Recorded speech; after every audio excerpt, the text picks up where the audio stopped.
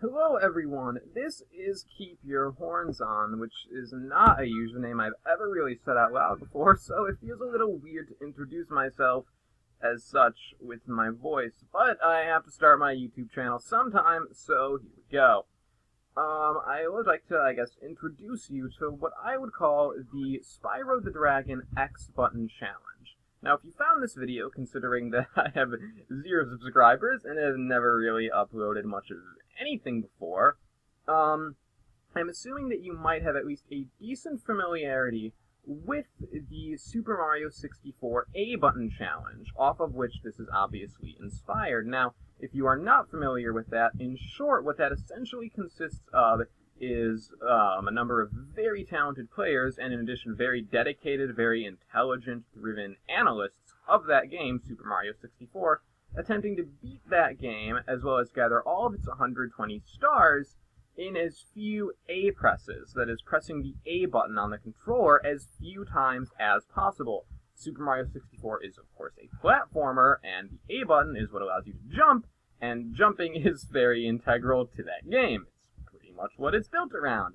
To the extent that, Mario's original name, as many people know, was Jumpman, so that little, obscure historical trivia fact just makes it all the more ironic to me to see these drawn-out videos of people on YouTube trying to beat the game, essentially without jumping. I have not spent a ton of time playing Super Mario 64, but I am a fan of some of the videos on it, and so if you want to get a better idea what that's about, I'm going to link one in the description called Watch for Rolling Rocks in 0.5 A presses by outstanding YouTuber and seemingly pretty cool guy, Panenkoic2012. It is an outstanding video. It does focus a lot on very dense explanations of very specific convoluted mechanics that are inherent to Super Mario 64 and that are not present here. So the entire video is not exactly relevant to this challenge necessarily, but the core concept of it is, and at any rate, it's a very outstanding, funny video, very great. A lot of you have might most likely seen it, but if not, check it out, because it is the video that essentially ultimately inspired me to do what you see here today. But in short, it's a matter of people beating Super Mario 64 while pressing the A button as few times as possible. And having not played that game that much, but having spent a lot of time in my day playing Spyro the Dragon, I always kind of thought, what if we tried to do this with the Spyro the Dragon series? What if we tried to beat the Spyro games by pressing the X button as few times as possible? Because, of course, as any Spyro the Dragon fan or a rudimentary player of it knows, you press the X button to jump, you press it again to glide. So my question is, how few times can we press the X button and get through the entire game in, what would be called any percent, just getting to Nasty North and defeating him?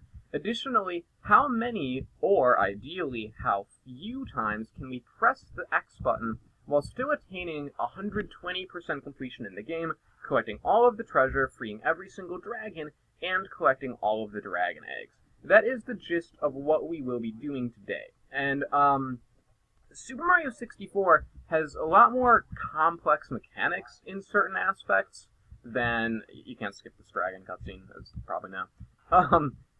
It has a lot more complex mechanics than Spyro the Dragon, in the sense especially that Mario has a lot more movement options than Spyro does. There's a lot more little maneuvers you can make with Mario that do not require pressing the A button, but that still give him a little bit of altitude and that people can, work out very specific, interesting sorts of things with. And Spyro doesn't have that. I mean, it's a great game. I love this game. I've spent much more time with it than Super Mario 64. But in terms of number of animations that you can execute for Spyro and the number of things he can do, there are a lot fewer of them than there are for Mario. So, in that respect, it won't be as complex of a challenge. It will be executed in different ways, but I think it's still going to be kind of interesting. Now, you might wonder, how do we even get altitude without pressing the X button? And I'm going to save state so it's not actually ruin this, but I will show you. See, if I press the X button once, and I'm keeping it held down right now, which you can't see, but I'm keeping it held, because the instant that I tap square, I do these little charge hops, and through those, I can still gain altitude without directly pressing the X button an additional time. Now from that, you might think, okay, then what's the point of the challenge? You're just getting through the game by pressing square instead of X. That seems pointless. But that isn't quite the case, because let me show you the difference between some of these little charge jumps and the regular jump. Save state here. Now obviously, if you're pressing X as freely as you want to, I'm sure you've never even thought about getting on this little pillar. You can even call it a pillar in your life, right? Very, very, very easy. However, if I'm holding down the X button and now I'm pressing square, I can't quite clear it because the altitude that you get from a charge jump is significantly less than that of a regular jump. Additionally, it gives me this little hitbox at the front to where I can very easily just, bonk. I can't just like walk right into this and keep it going. I'm going to hit it a bunch of times. So it's more difficult to maneuver yourself and you get less altitude out of it. In fact, I'm pretty sure you cannot get on this pillar with just these charge jumps at all. But you can get up close enough to it to collect the gems. Of course, it can be very annoying because you're going to keep bonking yourself over and over, and I feel very, very sorry to Spyro the Dragon for what I'm going to be putting him through throughout this challenge, because it's going to be a lot of bonking, essentially. Now, as you can see here, like what I just did, there's a number of things that you can do while having the X button held down from before, from a previous time where you might have had to press it to, say, glide or something, and you're not necessarily pressing it again, but you're keeping it held so that you can do something else. Now, in the nomenclature that's become popular on Panin's channel and with the A button challenge, the way that's referred to in Super Mario 64 terminology is half an A press. And there's a whole explanation here. He does it better than I could, so again, I will link to this. But if your first thought is, how can you have half of an A press? You either pressed it or you didn't. That's not quite true. Because as you can see, if I haven't gotten these yet, or if I'm just starting off the game and this is the first thing I'm doing, then in order to access it, I need to press the X button and keep it held down in order to execute these charge jumps. I would need to press it to get those gems in isolation. However, let's suppose that I'm coming out of a different level where I had to press X for some particular reason, and I wisely kept it held. Well, now I can get all of these, as I illustrated before. I'm not going to do it again just because it's annoying.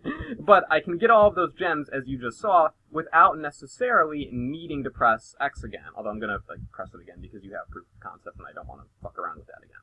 So, in certain contexts, those gems would require me to press the X button to enter this state. But if I'm completing a level where I already had to press X, foreshadowing, then I don't need to press it again. It's already held down so I can get those. So in certain contexts, those 4 red gems on that pillar do require me to press the X button. In other contexts, they don't. The best way to describe that is by referring to it as half of an X press. This doesn't mean it's literally half. It's never half. It's either 0 or 1. But because it can be either 0 or 1, it's not something like these chests where I obviously don't have to hit it at all, and it's not something where I would never have to hit it because I need the button held, to show that it's kind of between those two states, and to show that it's better than needing to press the X button again, but still less desirable than not needing to press it at all. It's referred to as half of an X press. I imagine I might get questions about this in the comments if people are unfamiliar with the Super Mario 64 challenge, so I'll do my best to explain it. But in short, if there's something that I can execute by having the X button held down, but without necessarily needing to press it again, then I'm going to be referring to that as half an X press. Again, ask questions in the comments if you need to, but it just means if I have the X button held, I can do this without pressing it again. If I don't have it held, I would need to press it again. As you can tell, I don't have the X button held down now because I was charging and not doing this, so now I'm going to hold it. I'm going to do another video at some point that shows the optimal any % route to get through the game, pressing the X button as few times as possible. And so that one will be one that's a bit more formal and very true to the challenge, where I am going to be holding down X all the time. Here I'm not doing it because I'm just kind of showing proof of concept of what the challenge is. At any rate, everything I've done so far in Stonehill, and I picked Stonehill very deliberately, clearly does not require me to have pressed X. I haven't needed to jump, I haven't needed to glide, or anything like that at all. So, everything so far is pretty straightforward. You can get all of these gems without pressing the X button. Now, there are certain things in Stone Hill that would require half an X press. For example, getting into here, you'd think you need to jump in. Obviously, you can't just walk in, but if I've already held the X button from before, I can get in by simply doing that. That didn't require an extra X press, but it did need it held. Hence, getting into this little pit with Gavin and with the key chest requires half an X press. So, again, I'm not quite doing this in a very in-order sort of way, but, I mean, I'm going to be posting more to this channel. So, what I want to show you is, okay, I'm doing this very unrehearsed, unscripted. I just kind of started recording, and here we are. So, I'm going to show you what the best way is to get onto this ledge while not pressing the X button much. First of all, we'll just kill most, but not all, of the things down here, and collect various things. Please tell me I didn't kill the rams that I don't want to kill. I really need to keep one ram alive, and I hope I didn't space. Oh, good. Okay, we want that ram to not die. Don't kill that ram yet. That one over there. Don't do it. But I'm going to get up here. Again, as you can tell, everything so far, I didn't even need to press X, well, except for getting into Gavin. I did need to have it held for that. But, like, all this stuff, you can just do this without even needing to jump or require any altitude whatsoever. Okay, so we're going to get Gildas. Incidentally, you technically do have to press X to skip the dragon dialogue. You can't do that with triangle or start, I don't think. So I am pressing X for that, but that obviously doesn't influence gameplay or collection, so it doesn't count. Now, the intended way to get across here is you press X once to jump, twice to glide. In fact, that dragon probably says that. I mean, a number of dragons certainly do. But we have a better way of getting up there, where we can get there in what I guess would be 1.5 X presses. If I have X held from before, as I currently do, then I can do a charge jump into a glide, and I can make it up here. That does still require one X press for the glide itself, because this jump, it's not enough to get you there. It's never enough. If you're standing on this little ridge as close to the edge as you can on your tippy toes, it doesn't make a difference. You can't fucking get there like that. You just can't do it. It's not possible. But I don't need to fully jump and then glide. If I have the X button held down from before, then I can do half X press to get altitude, X press to get there, 1.5 X presses to get onto the ledge. But there is an even better way of doing it, and when I do a longer any % video, I'll explain better the order of why I'm starting with this. Just use this video to kind of get an idea of what I'm doing in a general sense. Okay. Oh, that was not the ideal time to save state. Whatever. Okay. There is another way to get on there that only requires me to press X one time at all. And that is better. If I go here, and this is probably going to take a couple of attempts because these rams are weird, but what I want him to do, I want him to charge at me, and as you can see, I don't understand what prompts them to charge. Like, their movement is very strange, and I'm pretty close to him within his line of sight, but he's not moving. But whatever. What I want him to do is charge at me. There we go. Boom. That. That's what I wanted to have happen. If he does this and knocks me straight on up, now I can press X, and depending on my fucking angle, this might take a number of tries. What the hell? What makes these guys... Look, I'm right there. I do not understand these enemies at all. There we go, there we go, there we go. Boom. Okay. You might wonder what you just saw. In short, what you just saw is that by having the ram knock me into that tight little corner, it gave me a lot of altitude to where I was able to reach this ledge. Okay, now in good faith I'm going to have the X button held for clarity purposes. I was able to get up here from that altitude. But the problem is, I have a longer video about this specifically. When you are in that free fall state after the ram sends you flying way up high, you can't move at all. If you press a directional button, or you press square, or whatever, you don't move. In order to get access here, even though you have sufficient altitude, you do still, at least as far as I've been able to tell thus far, need to press the X button in the air in order to glide. But as you can see, and this is the importance of the half X press notation, excuse me, that got me up here. So getting up here the traditional way, X press once to jump, and again to glide, doing what the game wants you to do, listening to the man. That takes 2 X presses, 1 to jump, 1 to glide. If I were to charge jump into a glide, that takes 1.5. I need to have the button held down in order to execute the initial charge jump, and then I tap it, truly adding an X press in order to glide. But if I have the ram knock me into the air, and then I glide, then I get up here in just 1 X press. And I'm going to do a longer video again showing the optimal any percent run to get through the game with as few X presses as possible. And when I do so, it'll become clearer why what I just did is important and why I went to Stonehill first, although I'll try explaining it here a bit as well. But, God, this is frustrating. See, this is the challenge if you're practicing it or trying to get through a level yourself. It's a lot of that, what you just saw. It's pretty annoying, and I'm probably going to have to cut out a ton of footage like I arguably should have done here.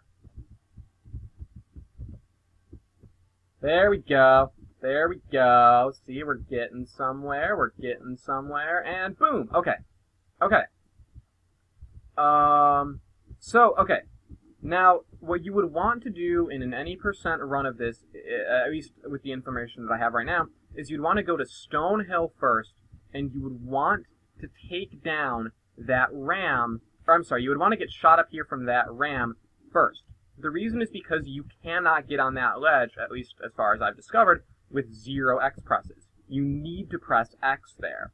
But if you do it that way, you don't need to have it held going in, you only press it once, and now I can keep the X button held to get me into this charge jumping state where I can do other things that ordinarily might require an X press. So for example, pretend that I was making this video in a better, more organized way, and I hadn't gone down there yet. Oh, actually, I do have to go down there again now for the key chest.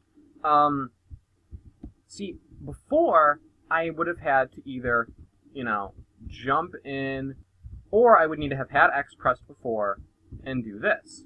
So you don't want to start with that. You don't want to start with that.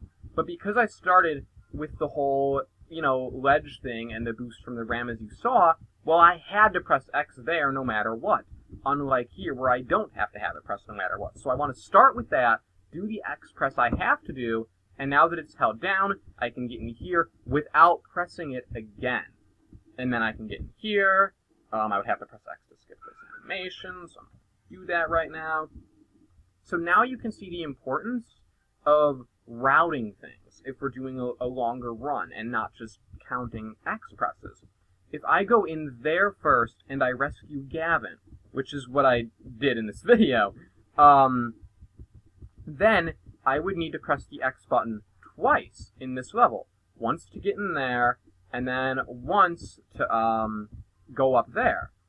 But because that required half an X press to get into that little pit, I can press it once here, get boosted up there, and keep it held down in order to go and rescue Gavin. And I didn't grab those gems. That's because I'm stupid. Obviously, you can tell I don't need to glide here. I could have already grabbed them. I'm just dumb. And now I have 2 missing gems. And ever since I was a child, I have always missed 2 gems in Stonehill. Always. I still do. I don't know where they are. I don't know why I have such a problem with this. These rolling hills obscure things and all kind of look the same. I like Stonehill as a level just fine, but I always miss 2 gems, and it's often 2 different gems. So, I'm going to cut out the footage of me finding the 2 gems. I've found them over yonder way. Hooray!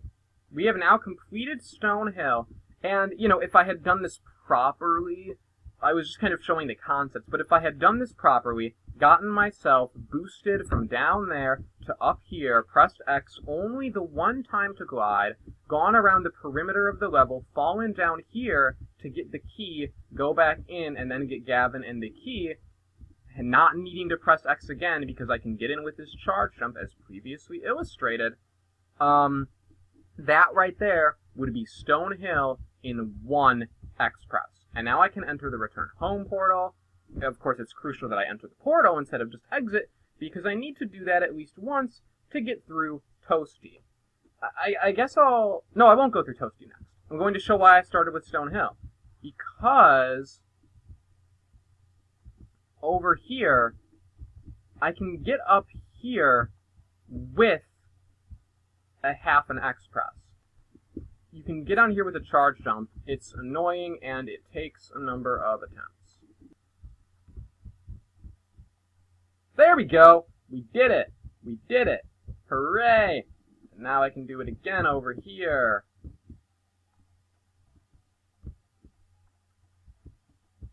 Oh right, I don't need to press X again. There, see, I got there. So, again, in an any percent run, you'd want to start with Stone Hill, because you have to press X to get onto that ledge. You don't have to press X to get up here, but you need to have it held. Therefore, importance of the half X press notation, start there. Do the thing that requires the full X press getting on that ledge, keep it held, and then this, which requires a half X press, you don't actually need to press it another time. Now, there are a couple points in Artisans, there are 2 of them, where you do have to press the X button, not just have it held. This is one of them.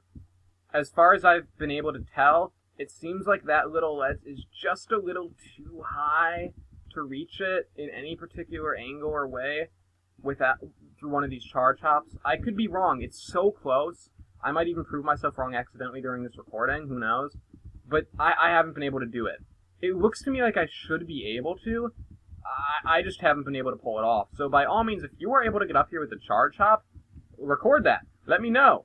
That would save us an X press, which ultimately is the entire goal here. Oh, it looks like if I go that way and I go kind of from that angle, I can get so close. I'm sure this can be done. I just can't prove it because I haven't been able to do it yet. So, tentatively, until someone proves me wrong, which I'm sure will be done, or I get it with more practice, you do need to actually press X to get up here. And then this, I mean, you can even tell from here, it's not much distance. We're just going to do this. Boom! There you see the difference. It takes a half an X press to get onto this pillar, because you can have it held from before and thus not incur an additional press. But to get onto this pillar, charge hops were insufficient. Hence the meaningful distinction between 0 X presses, things that I can get just running around, like that Nork over there. Half an X press, things like this that I can get onto if I have the X press held, but I need to have pressed it previously, and then up here where I just need to press X again. Now we have one other required X press, as far as I've been able to tell, in the Artisan home, and it is here. The intended thing the game wants me to do, press X to jump, press X to glide. We're not going to do that. We can do a little bit better, because if I have this X button held, I can charge jump into a glide if I don't suck. There we go. Okay, so with enough attempts and enough precision, I can get up here in one and a half, I should say, X presses. Because as I showed, it's the same kind of concept with Stone Hill. The charge jump gives me enough altitude with half an X press, but I still need to press it again to execute the actual glide. At any rate, there you have it. You now have, theoretically, Stone Hill and Artisans 100% completion in, if I had, done this optimally, 3 X presses. You would go in there, get boosted by the ram, keep X button held, go up there, press it again to get that, and then with it held again, charge jump into a third final press, the glide, to go in there. There you go. Now we're gonna go into Toasty, and oh right, I should keep the X button held from before so I can clear this little thing. And as you can guess, Toasty is pretty straightforward.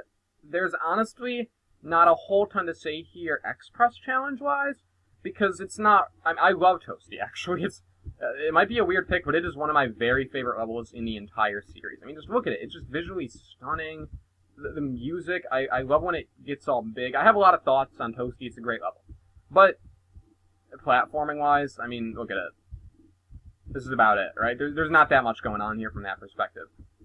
As such, I'm gonna cut out a lot of the footage of me just beating Toasty, because you don't need me to tell you that you can get through these guys without pressing the X button.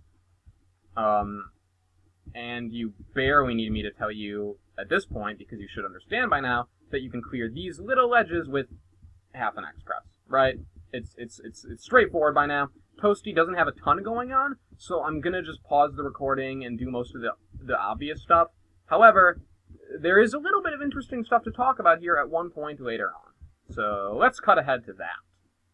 Alright, I have now cleared out a decent amount of Toasty, as you can see.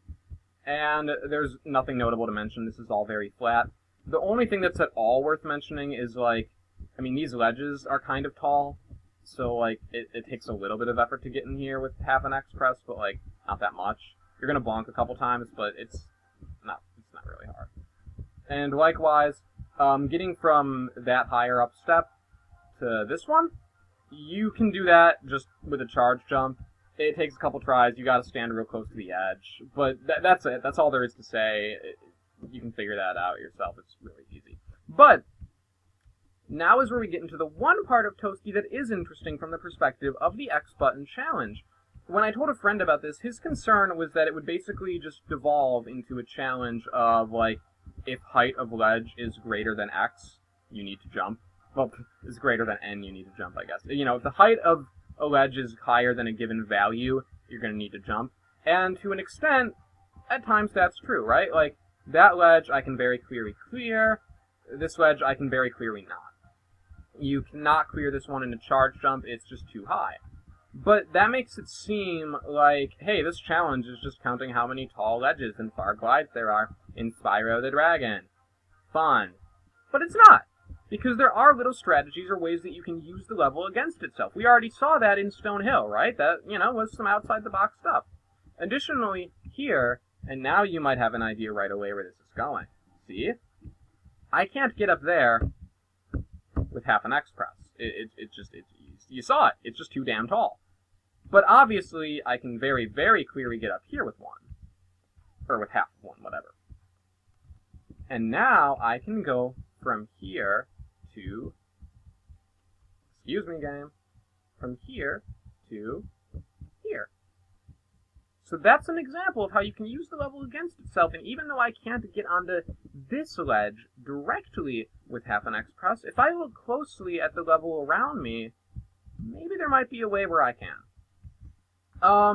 I'm just gonna cut out the rest of Toasty in its entirety, because while I love the level, there's nothing else interesting to note here, because from here on out, I'm just flaming dogs and I'm flaming Toasty. Like, if there's any ledges at this point, they're really tiny. So, there's nothing else to say about the Toasty level, because obviously, like, you can tell I can clear that, and that's pretty much the score of it from here. So, let's just cut out the rest of it. Alright, I got through Toasty. I'm sure you don't need me to tell you that I didn't need to do any crazy stuff there as far as platforming goes. But we'll get these just so you can see the moment of having beaten now Toasty as well. So, this gets us through the Artisan Homeworld, Stone Hill, and Toasty in a total of 3 X presses. This again helps clarify the purpose of the notation. You can beat Toasty as a level in 0.5 X presses. There are little tiny ledges in it that you do need to get through in order to, you know, to get through the level. You need to be able to move over them. You can move over them if you already have the X button held down from before, and in that respect, if I am playing through the game, Toasty does not add any additional X presses. I don't have to press X in that level at all. But I need to have it held. So if I were just starting at Toasty and just doing a run of Toasty and nothing else, I would need to press it once to enter the state that I'm in now of charge jumping. Therefore, in a single level run, Toasty requires 1 X press. In a full game run, it requires 0. Hence, Toasty requires half an X press. Now, I could go into Dark Hollow, and I will, but I'm actually first going to show you Sunny Flight real quick, because this one is just pretty neat. I can get into Sunny Flight with 0.5 X presses, because all of these little jumps you can make without needing to press X again. And in fact, if you fall into the water in this game, I didn't even realize this until I did this challenge, but if you hold X, then you keep moving. See? So that's something. But let me just save state so I don't die.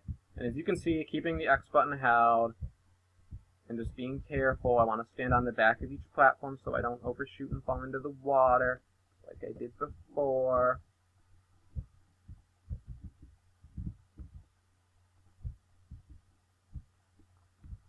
I can get into Sunny Flight with 0.5 X presses. Didn't need to press it to get in, needed to have it held. You can access Sunny Flight in 0.5 X presses, and Sunny Flight itself, you obviously don't need to press X in at all. I'm just going to let myself die, because I don't want to bother with the little islands. Sunny Flight itself, you don't need to press X in at all, because it's a super flight level. You're just holding down X the whole time. Well, you're just flying the whole time. So in terms of this challenge, you would just want to keep X held while you do it. But there's no jumps, there's no anything. You're in a constant state of flight. So you're not pressing X in Sunny Flight. That's good news as far as the any percent run of the game goes, but I'm going to save that for another video. Either way, look at my inventory, pretend Sunny Flight's there.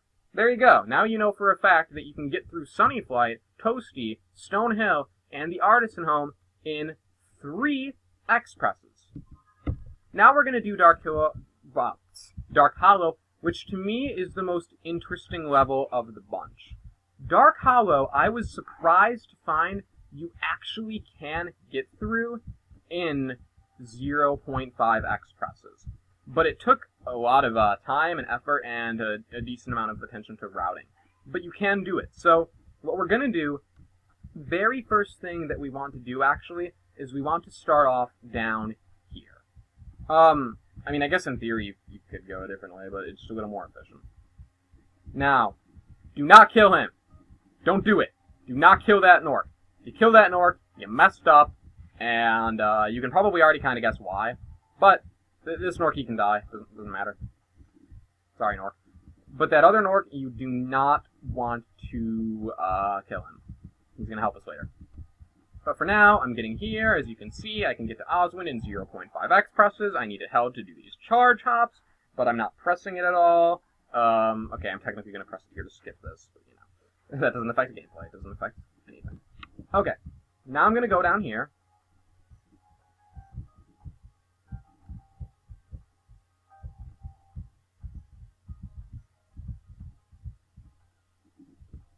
And just collect little gems. Now, it turns out you actually can get through this part and get back up these steps in half an X press. I initially thought you couldn't. I thought they looked too high, but it's actually not really that hard to do. You can do it pretty straightforwardly, and I can get out of here. But let's just pretend for a second, for the sake of argument, that we couldn't. Like, let's say this was too high, and you couldn't get to it. It was like that one in Artisans, and I'm just going to bonk every time. And so I couldn't get back onto this pillar without pressing X again. If that were the case, what I would actually want to do here is just die. Because then I would respawn up here, and I could get out quite easily. That doesn't matter yet. I haven't yet found a situation where that's useful, but I have not gotten into the game's more intricate levels yet. I imagine that doing that, purposeful death to respawn, to avoid an X press, will become actually pertinent down the line. I originally thought it was here. I thought you couldn't clear those steps in just charge hops. Then I tried it and found out it was pretty easy. But maybe that'll be useful someday in a different level. So now we are going to use this enemy to our benefit. See, again, if you're doing this yourself, it's a lot of bonking. It's a lot of bonking. I'm so sorry, Spyro. But eventually you get the hang of it. There is a little rhythm to it, how you want to go up these things. Now, I'm pretty sure that this ledge, I don't think I can get through in just half an X press. I think it's too high. Looking at it now, maybe it's not. Maybe it's not. But what can be a lot easier, and what I always end up having happen anyway as I try to do this, is the Nork will come back over here. Can I get up there with just it? Okay, I probably can. But it's a lot easier to just get boosted by the freaking Nork. There you go. So as you can see, whether that ledge can be cleared in a charge hop, I'm honestly not sure. And comparing it to other ledges where I do know for sure either way, it seems really close, so I honestly don't know. But it is easier to get a lift from the Nork, and to be honest, if you're trying to go up that ledge with charge hops, you're probably going to get hit by the Nork before you can do it anyway.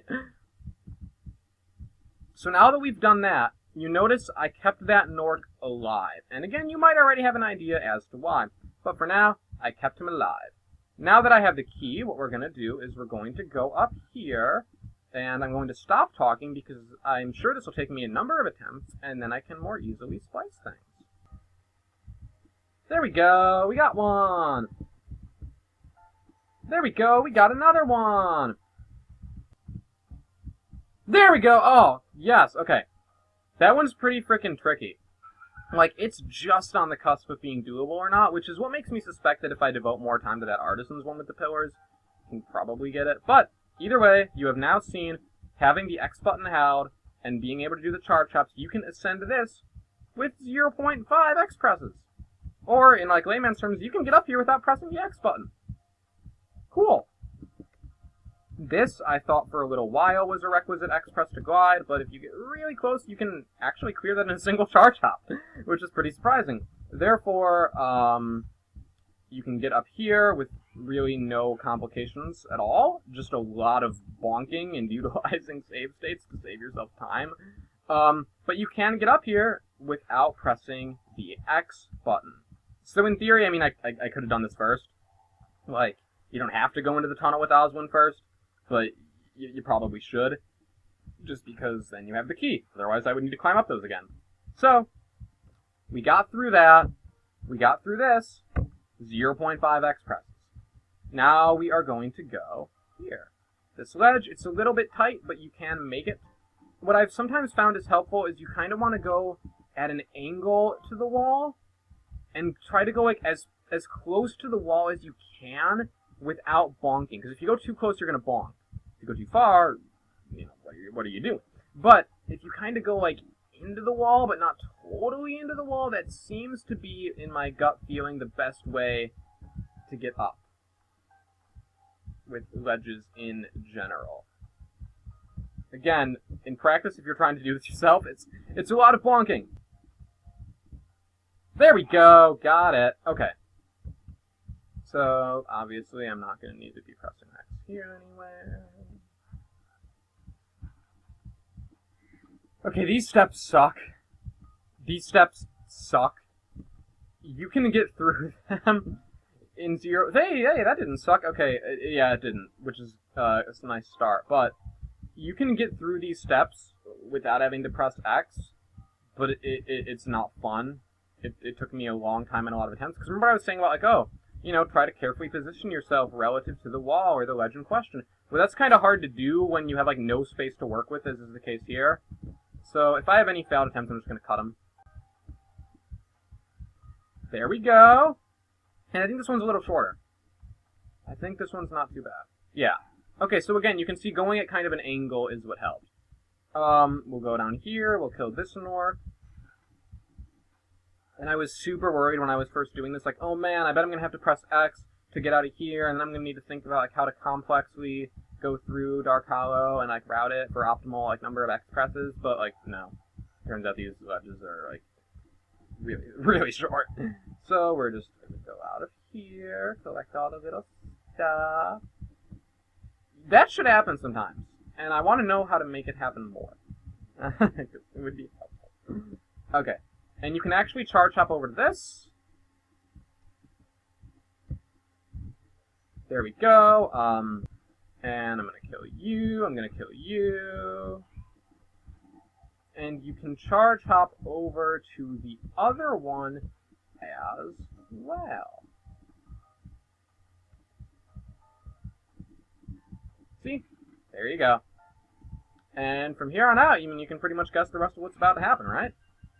I got 11 gems left, and if you are like me, you remember offhand that there are 6 gems by the Dark Hollow Return Home portal, so we are going to grab those. We're not going to go into the portal by accident, because that wouldn't be fun. How did I just miss? Oh, yeah, I guess I missed one because charge hopping, and it's, like, hard to orient yourself. Okay. I'm gonna free Darius. And now, you see the importance of routing in certain levels. We're gonna go back. Because maybe you can get over that ledge, I'm not sure, but I haven't proved it. So tentatively, you need the Nork boost from his big belly to get up here. Therefore, we're saving him for last. Grab his blue gem, and we've already unlocked Toasty and beaten it for that matter, so we can just pause and do exit level. And fortunately, you can do this all with the start button. All these options are, you can just hit start, so it doesn't require an X press to exit the level in some stupid abstract sense. So, as you can see, Dark Hollow, another level that can be cleared 0.5 X presses, which means that to their overall count here, it adds none. Stone Hill had 1, the Artisan Home had 2, but because Toasty and Dark Hollow each have half an X press, as we call it, to go through them in isolation, I would need to press it once, but if I wisely save them until later, after I've had to press it, they don't add anything to our count. This leaves us with Sunny Flight, which obviously, again, it's a flight. You don't need to press X in it, and I showed that you don't need to press X, in spite of all the little platforms, to get in. And then it leaves us with Town Square, and I gotta be honest, Town Square sucks for these purposes, so I'm not gonna go through Town Square right now. That will be a subject of some separate video or another. Is my emulator about to freeze? Hey, okay, I guess I wasn't supposed to go through Town Square anyway. Cool. I don't know why that happened, but that worked out well. In as much as the program crashing ever works out well. Woohoo! But, okay. Town Square, a lot more, platforming shit going on, a lot more high ledges, a lot more careful routing. Certain exploits of things that the game is not necessarily intending you to do become important. Basically, if you do a crazy skip at the start, you can do the whole level backwards and save like 1 X press that way. So it's an interesting level for this challenge. It's got a lot going on, and it's got important things that I really do want to show off. But this video is already running long. Town Square would take a while, so I think this serves decently as an introduction to the type of thing that we're doing here. And just a kind of overview. Very, very central to this challenge is playing through the game, keeping the X button held at virtually all times, because then you can do charge hops. However, those charge hops are not sufficient for all ledges, and of course, definitely not for all glides. And then at that point, what becomes important is manipulating the level around you, as in Toasty, to try and see where you can do a jump that you're maybe not supposed to do, or in terms of the Ram and Stone Hill, just straight up exploit some type of glitch or boost that was definitely not intended by the developers. And then in a broad sense, routing is important. Within a level, for example, in Dark Hollow, we had to save that Nork for last to conserve an X press. Otherwise, we would have had to jump out instead of get boosted out if we had killed him. And then routing across levels, because if I'm playing through the game, what I want to do is go to Stone Hill first, do that glide where I cannot shave off an X press, then go to Dark Hollow where I don't need to press X, because I already have it held. All of those things are important, and as we get later on into much more complex, intricate levels with the large glides, higher volumes of X presses, more treasure that we have to collect to advance into other worlds, or more dragons that we have to collect, and Supercharge, which, oh boy, Supercharge, it changes this challenge into something pretty different and a lot more fun. It's a thing in itself. It's a whole thing. But as we get into other levels, all of the things that I have already shown you, all of these fundamental attributes, they're going to start becoming a lot more complex, a lot more important, and interweave in different ways. So I hope this satisfied as an overall view of what the Spyro the Dragon X Button Challenge might entail, and the basic building blocks of why it might be interesting. I'm sure this video was long, and I didn't sit down with much of a plan for it, other than, like, go through Stone Hill first. I was just kind of talking.